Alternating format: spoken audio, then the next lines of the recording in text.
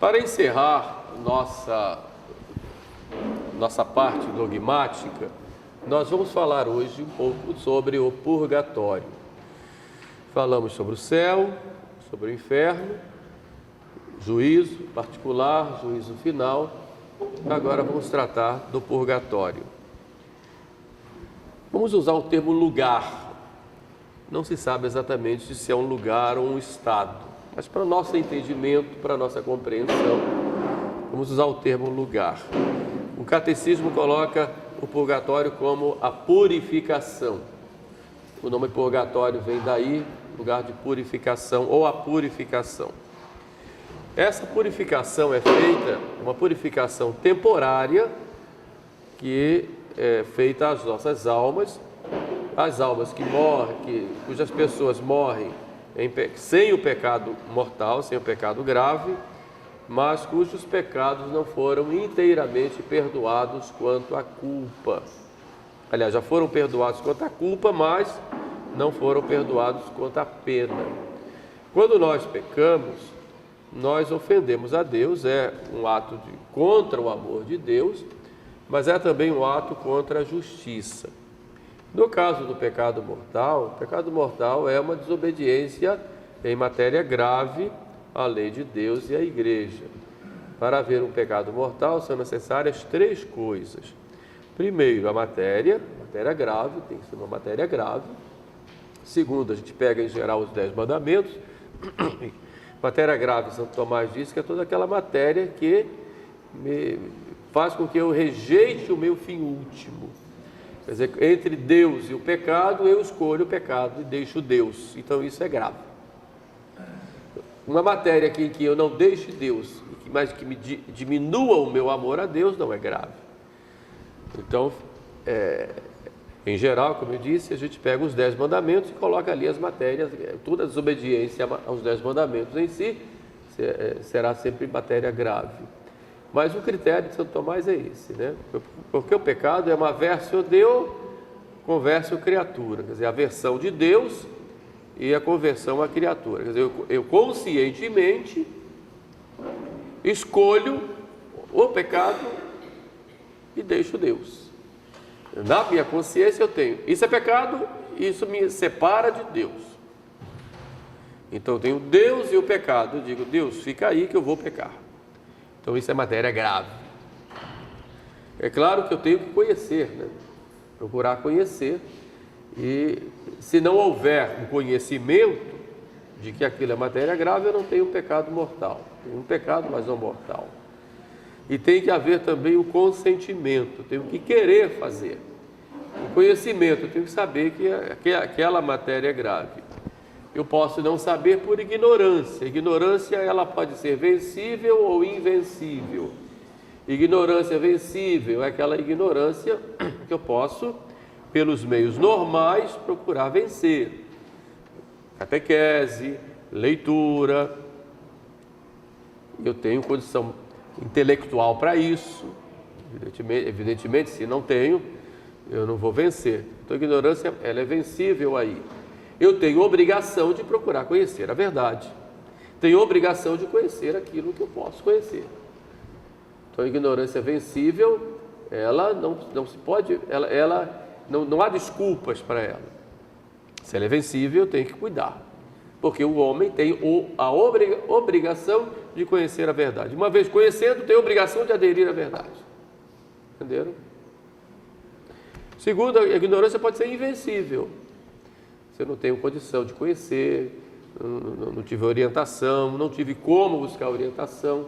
Então, dependendo do nível intelectual, do nível moral também, no sentido de eu não tenho condição moral para conhecer devido às próprias dificuldades que eu enfrento no lugar onde eu moro, nas pessoas com quem eu convivo, na educação que eu tive, eu não tenho condição. E é lógico, quem vai julgar isso é Deus, mas de qualquer forma, se ela é invencível, eu não tenho aí um pecado, porque eu não sabia e não tinha como saber. E isso é um problema sério hoje, porque nós vivemos um ambiente extremamente liberal, em que o mal, e não existe a diferença entre o mal e o bem. pelo menos do ponto de vista popular. Então, o que vale é a consciência de cada um. Então, de tanta gente ver o mal, a gente termina se acostumando com o mal e achando que aquilo não é mal. Entende? Por exemplo, a ligadura de trompas. Quanta campanha se fez e se faz ainda, e as pessoas, muita gente vai e não sabe. Muito católico vai e não sabe. Nós pecamos como pastores quando nós não orientamos. Nós temos obrigação de ensinar, né? Mas a pessoa muitas vezes não sabe. Então, depois que se converte ou vem para a igreja, diz: padre, eu não sabia, e agora? Entenderam? Então, era uma ignorância invencível? Podemos dizer que sim, devido ao próprio ambiente em que a pessoa vivia. Agora, é claro que existem certas coisas que não dizem respeito à própria lei natural, né? A questão do aborto já é uma coisa muito... é lei natural isso aí. A questão da limitação da natalidade também. Mas até que ponto, culturalmente, isso já ficou uma coisa comum, no sentido de normal, embora não seja.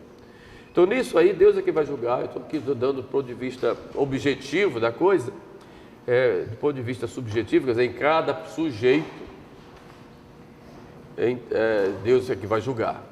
A alma e Deus, a sua consciência vai falar com Deus e Deus vai julgar. De qualquer forma, a gente tem que ter o cuidado de vencer quando é vencível. Então, nós temos obrigação, temos meios para isso. Então, temos que procurar vencer. De modo que, para haver o pecado mortal, tem que haver a matéria, tem que haver o conhecimento e tem que haver o consentimento. O consentimento da vontade é quando eu posso dizer sim ou não e escolho. E digo sim ao pecado e não a não pecar. Se você não tem condição de escolher, você não pecou. Você, porque para haver um ato humano, é necessário que haja conhecimento e o consentimento. Mas o consentimento no ato humano, e aí a gente diferencia de ato do homem, ato humano, no sentido de que é um ato que eu faço com pleno conhecimento e consentimento. E esse consentimento, ele só ocorre quando eu posso escolher ou não escolher. Tem essa liberdade. Estou diante de uma situação, posso fazer ou posso não fazer. Então aí eu tenho uma liberdade. E quando eu faço, eu tenho um ato humano. Um ato humano. Fui assaltado uma vez, o assaltante colocou a arma no meu carro e disse: desce e leva só a sua Bíblia. Era o meu breviário. Eu não queria descer. É claro que eu não queria, meu carro está ali, eu ia celebrar uma missa estava em frente à igreja e tal. Eu fiz um ato humano? Não. Por quê? Porque não tive liberdade de escolher entre descer ou não descer, entenderam? E assim tudo na vida. Então, o ato humano é quando eu uma segunda vez fui assaltado, eles fecharam meu carro, colocaram armas. Aí não foi num ato humano, num ato de reflexo, eu acelerei, ele não veio, não, eu parei, sim senhor, né? Uns menininhos novinhos, com todo respeito, tá bom, sim senhor, tal, entreguei. Tem um ato humano aí? Meu? Não. Por quê? Porque não tive condição de escolher entre fazer e não fazer. E assim na vida. Então há um pecado quando eu tenho, todo pecado é um ato humano. Quando eu tenho condição de fazer ou não fazer. Então o pecado mortal, ele ocorre quando eu tenho condição de... Eu der uma matéria grave, eu tenho o conhecimento e tenho o consentimento. Faltando uma dessas três coisas, eu não tenho um pecado mortal. Tenho um pecado venial ou, dependendo do caso, nem o pecado existe. Entenderam? Claro isso? Quando há o pecado mortal, ele é o pecado mortal pelo fato dele me separar de Deus. Eu fiz uma escolha em não ter Deus naquele momento. Então entreguei tudo que eu fiz na minha vida, bom, todo mal que eu evitei, tudo aquilo que eu posso ter no futuro de vida eterna, naquele momento eu fiz uma escolha de não querer mais de querer ficar no pecado e fazer o pecado. Então foi uma escolha que eu fiz livremente. Nessa escolha eu disse: Deus, fica lá e eu vou fazer isso aqui, ou eu vou viver dessa forma. Então aí eu tenho um pecado grave, um pecado mortal, e por causa dessa escolha eu próprio rejeitei Deus. E se vem a morte exatamente nessa ocasião, nessa época, enquanto eu não me reconciliei com Deus, eu tenho aí a condenação eterna, exatamente porque a morte chega no momento em que eu não estava unido a Deus, eu tinha escolhido não ficar com Ele. E o que é a conversão? A conversão é a volta. É a volta, como nós vemos a parábola do filho pródigo. Eu volto para Deus e Deus, na sua misericórdia, me acolhe e me perdoa. Eu retomo aquela amizade com Deus. Aí já estou com Ele. Ele me perdoou. Me perdoou através da igreja. Fui lá, me confessei, estou perdoado. Quer dizer, aquela pena eterna que eu era merecedor, por causa da misericórdia de Deus, eu não tenho mais. Foi perdoado, o amor de Deus me perdoou. Mas Deus também é a justiça. Quando eu pequei, eu criei uma desordem na minha vida, uma desordem na igreja, uma desordem na própria disciplina, no sentido, não, com relação a mim mesmo. A conversão me trouxe de volta, mas os resquícios do pecado continuaram. Vou dar um exemplo dessa mesa aqui. Eu tenho uma toalha aqui muito bonita. De repente eu mexo em alguma coisa e sujo a toalha. Aí a pessoa que trouxe a toalha com todo carinho: puxa, sujou a toalha, ficou feio. Eu disse assim: puxa, me perdoa. Tá bom, tá perdoado. A toalha ficou limpa quando ela me perdoou? Não. Então tem que passar lá no purgatório para dar uma esfregada. Assim é a nossa vida. Entenderam? Por quê? Eu feri o amor, mas feri também a justiça. E a justiça divina exige uma reparação. Entenderam? E essa reparação ou eu faço aqui na vida, através do sofrimento. Por isso eu digo: não reclamem, que o purgatório já está acontecendo, né? E a gente reclama e oferece por amor a Deus. Ou a gente, se não houver essa purificação, se esta roupa não ficar lavada completamente aqui, vai ter que passar no purgatório. E o purgatório é esse tempo de purificação dessas penas devidas aos pecados já perdoados quanto à culpa. Entenderam? E é por um tempo, humanamente falando. É lógico, depois dessa vida não tem tempo, mas para nós entendermos pedagogicamente, é um tempo em que as almas se purificam lá. Porque no céu não pode entrar nada manchado. Aquela alma morreu, aquela pessoa morreu na amizade com Deus, então não vai para o inferno. Não pode entrar no céu ainda, né? Mas não vai para o inferno. Então, o purgatório é o intermédio, onde se purifica para entrar no céu depois. Entenderam? O catecismo diz: o purgatório como lugar, como disse, onde sofrem temporariamente as almas dos homens que morrem sem pecado grave, mas cujos pecados não estão ainda inteiramente expiados. Isso diz respeito aos pecados graves já perdoados quanto à culpa, ou aos pecados veniais. Morreu com pecado venial, então, na verdade, vai ter que expiar também. No Antigo Testamento nós vamos ver já essa crença no purgatório. Judas Macabeu acreditava que as almas dos guerreiros que haviam morrido no campo de batalha, e alguns deles se envolveram com alguns ídolos, porque estavam lutando contra os pagãos. Então, para o bem deles e suas almas, Judas Macabeu, ele recolhe 10.000 dracmas de prata e manda para Jerusalém para que lá fossem oferecidos sacrifícios pelas almas dos soldados que haviam morrido no campo de batalha. Quer dizer, antes de Cristo, já se acreditava, claro, que era possível essa expiação post-mortem. Não nessa vida, mas depois da morte, era possível essa expiação. Por isso Judas faz, e Judas era um homem piedoso, conhecedor, né, da doutrina, até porque estava lutando para defender a fé contra os pagãos e contra também aqueles judeus que haviam mergulhado no paganismo. Era um movimento de libertação para a vida de fé. Ele sabia, né, o que estava falando, o que estava fazendo. Então diz bem claro, e porque ele acreditava na ressurreição.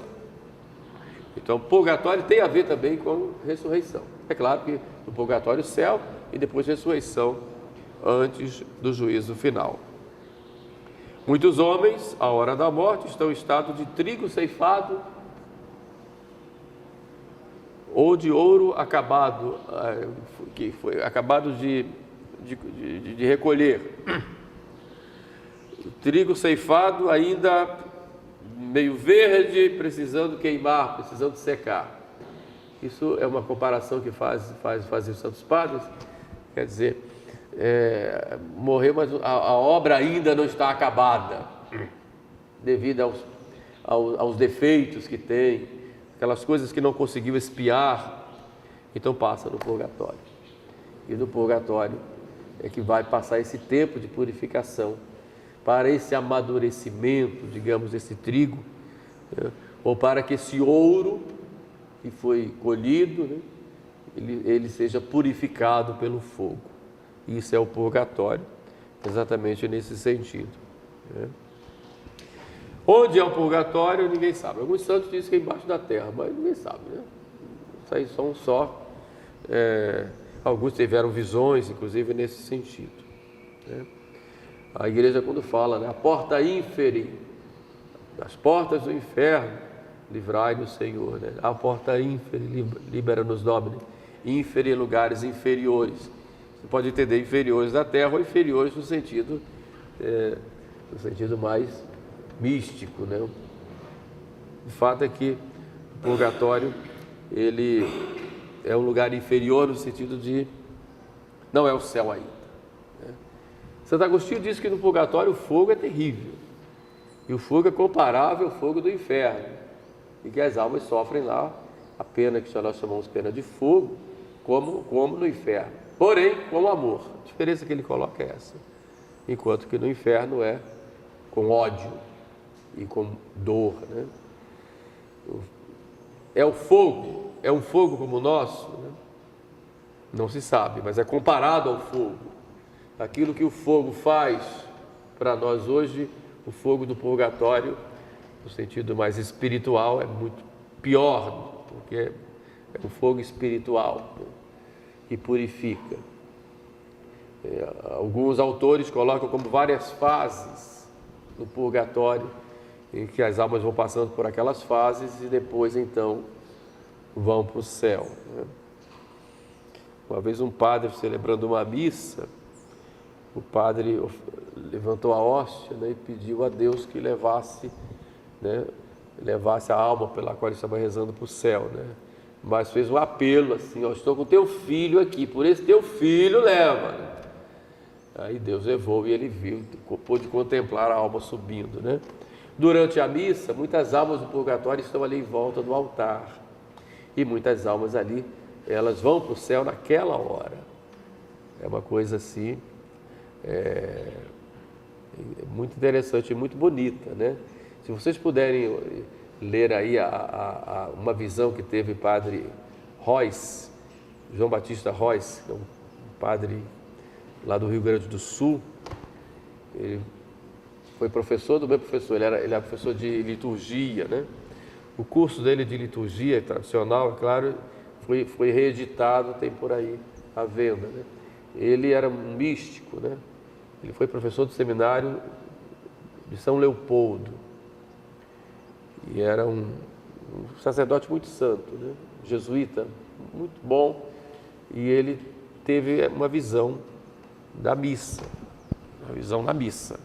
Então ele viu essas almas subindo, né? Indo para o céu, na missa, né? Tem as visões dele, é interessante, se a gente pudesse pesquisar, né? Me lembro que no tempo do seminário falavam isso, seria interessante a gente rever isso. O fato é que as almas sofrem, e sofrem essa pena dos sentidos, que a gente chama do fogo, mas o maior sofrimento é a pena de dano, e a pena de não estar no amor de Deus, mas não poder contemplar o amor de Deus ainda, do ponto de vista, não poderem ter a visão beatífica. Esse é o grande sofrimento das almas do purgatório. São santas, mas ainda estão se purificando. Então é chamada a pena de dano. Não podem ainda contemplar a Deus. Em cada missa tem lá as almas. Aí deixa, no amor de Deus, colocar as almas lá em volta da missa. Mas o purgatório tem muita gente, viu? E graças a Deus tem. No inferno também, hein? Não entendi. Algumas almas assistem missa em algum lugar e as outras ao redor do mundo. O fato é que na missa tem as almas do purgatório. Não são todas, estão ali no purgatório de acordo com a misericórdia de Deus. Tá? O Apocalipse fala isso. Também. O fato é que é importante termos claro que as almas sofrem, mas nós podemos dar algum lenitivo para elas através das nossas orações, através das nossas esmolas, dos nossos sacrifícios e, sobretudo, através do santo sacrifício da missa. Entenderam? A missa é um sacrifício propiciatório pelos vivos e pelos defuntos. Pelos vivos e pelos defuntos. Quer dizer, o perdão dos vivos e expiação pelos defuntos. E ali está sendo oferecido o próprio Cordeiro, o Cordeiro imolado, o Cordeiro de Deus. Muito bem. Elas vão expiar lá durante o tempo em que Deus quiser, para que a justiça seja feita e cumprida. Como disse, os sofrimentos consistem em penas de privação da vista de Deus. Uma vez que a alma sai do corpo, ela busca logo a Deus, porque ela foi criada para Deus, mas não pode ainda contemplar. E a diferença de São Tomás, além da adoração eterna, a diferença essencial que há entre as penas do inferno e as do purgatório e as penas do purgatório, o sofrimento é com amor, deseja-se sofrer para se purificar, e no inferno não, tem ódio. Por isso que Jesus coloca choro e ranger de dentes. Claro. A existência do purgatório, ela é demonstrada nos ensinamentos de Jesus Cristo. Jesus Cristo fala a respeito do pecado contra o Espírito Santo. Ele diz que o pecado contra o Espírito Santo não tem perdão nem neste século, nem no século futuro. Então logo se presume que há no século futuro também o perdão.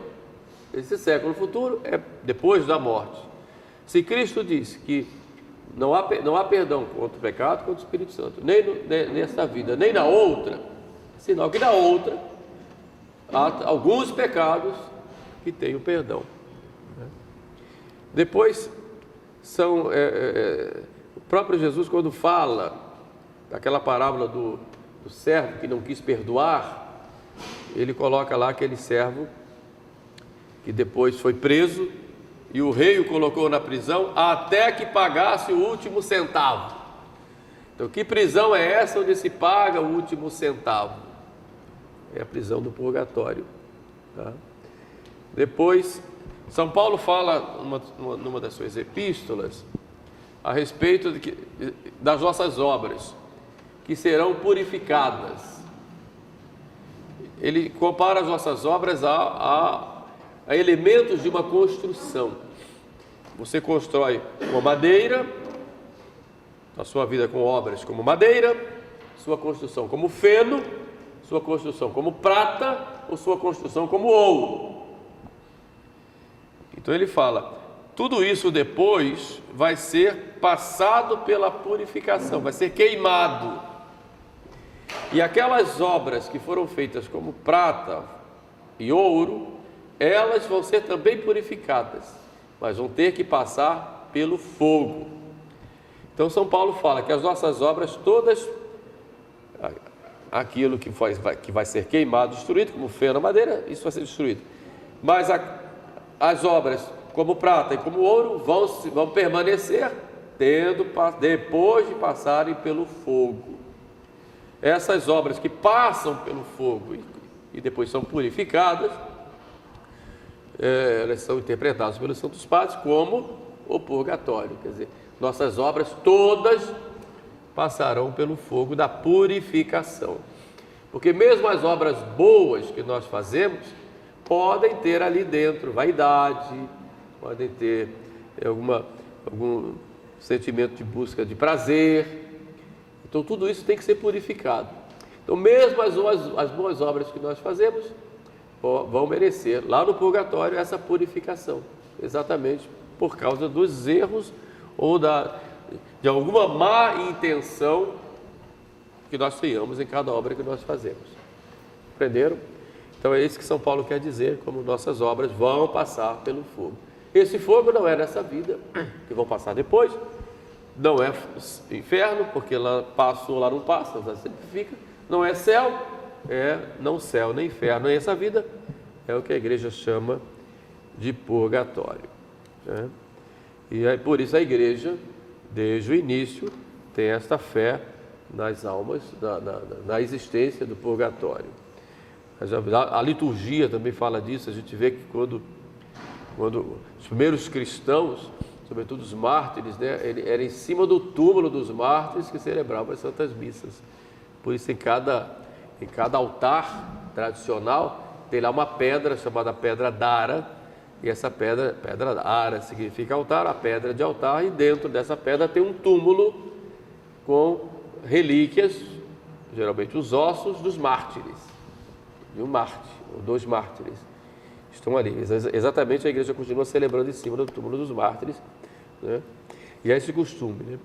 Foi descoberto uma vez um túmulo de Santa Filomena, né? Então estava lá, Pax Tecum Filomena, depois da morte, a paz seja contigo, Filomena.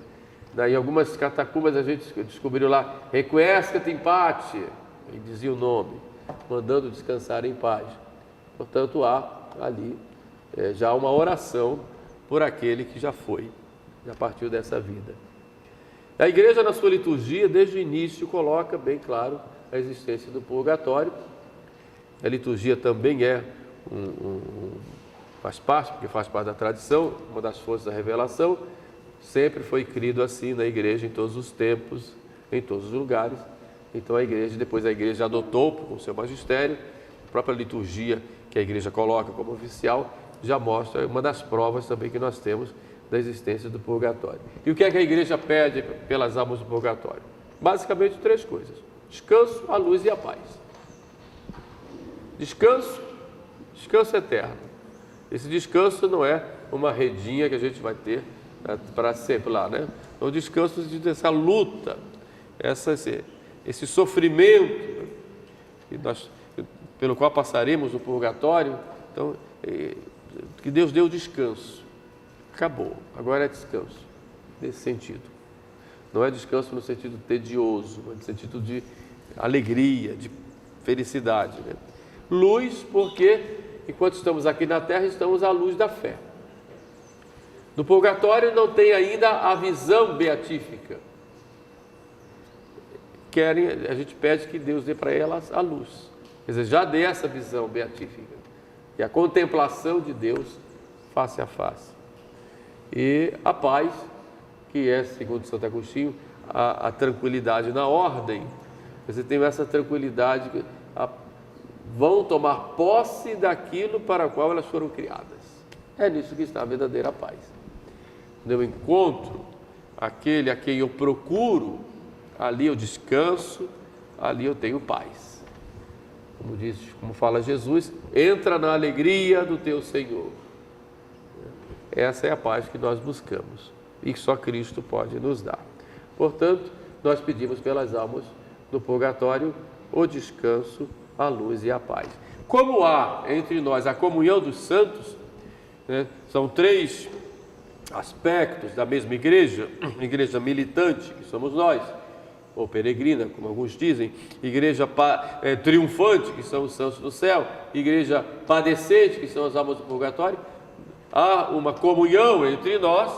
Daí veio a festa de todos os santos, no 1º de novembro, exatamente na véspera do dia de finados, exatamente na festa de todos os santos, temos a comemoração de todos os santos. E no dia seguinte, nós temos a de finados. E no domingo anterior, na liturgia tradicional, temos a de Cristo Rei. Então falamos da igreja militante, da igreja padecente e da igreja triunfante. E nós temos então aí, por causa dessa comunhão que há, desses 3 aspectos da mesma igreja, nós podemos rezar pelas almas do purgatório e podemos pedir por elas.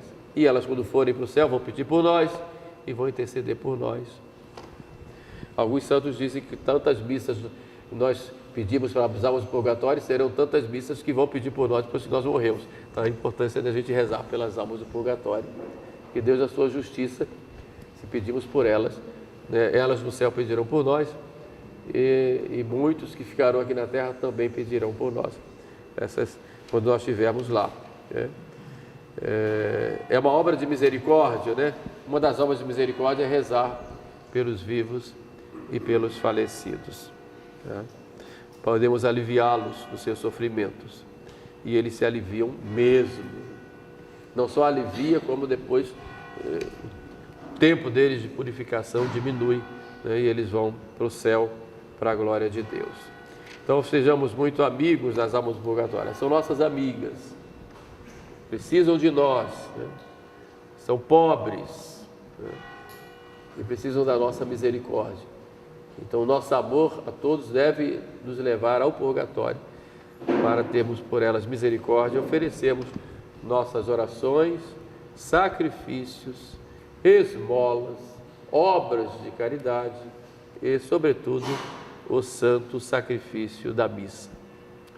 Santo e salutar esse costume de rezar pelos mortos, como dizia Judas Macabeu. Então, assim, falando do purgatório, nós encerramos esses 12 artigos do credo, que resumem tudo aquilo que nós devemos crer e que a igreja guardou para nós, chamado Credo dos Apóstolos, porque ele resume toda a doutrina pregada, ensinada pelos apóstolos e mantida pela igreja. A igreja, ela não cria doutrinas, não cria dogmas, ela guarda o depósito da fé e nos transmite. Algumas coisas a igreja foi conhecendo de modo mais profundo, sobretudo conforme o tempo foi passando, foram surgindo heresias e a igreja foi se aprofundando, nunca criando coisas novas, mas aprofundando aquilo que já era crido desde o início.